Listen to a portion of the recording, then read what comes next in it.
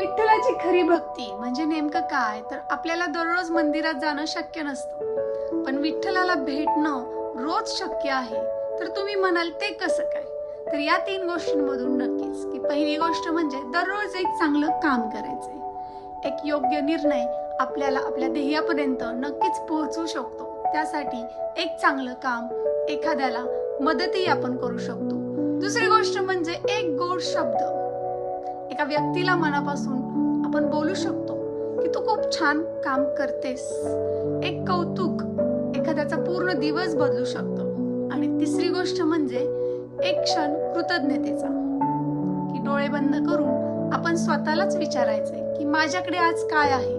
माझ्याकडे माझ्या स्वतःचा एक श्वास आहे, माझ्याकडे माझं कुटुंब आहे, व्यवस्थित अन्न सेवा माझ्याकडे आहे, माझे चालणारे हात पाय आहेत, माझ्याकडे जे आहे तेच आज अनेकांचं स्वप्नही असू शकतं. आणि तेव्हा कळतं आपल्याला की विठ्ठल फक्त विटेवर उभा नाहीये, तो आपल्या चांगल्या कृतींमध्ये, गोड शब्दांमध्ये आणि कृतज्ञ मनात आहे.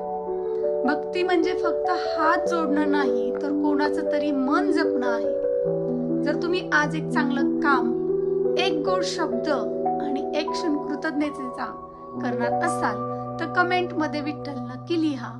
आणि हा व्हिडिओ ज्या व्यक्तीला नक्कीच सकारात्मकतेची गरज आहे अशा व्यक्तीपर्यंत पोहोचवा. धन्यवाद. रामकृष्ण हरी.